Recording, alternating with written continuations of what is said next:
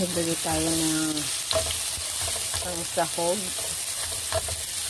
Ayan, gigisa natin. And then, lagay natin to. Ayan. Ayan.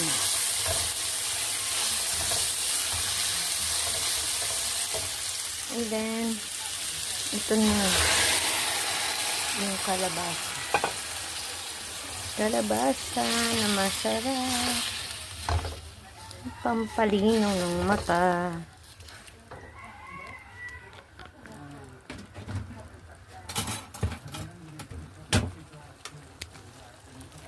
Mash natin para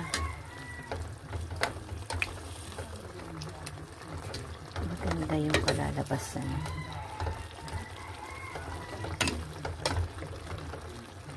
Alam ko maraming nasasarapan nito eh.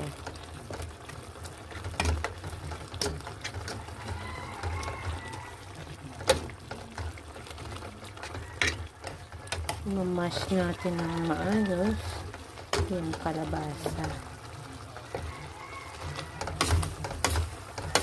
Tapos nito lalagyan natin ng instant gata.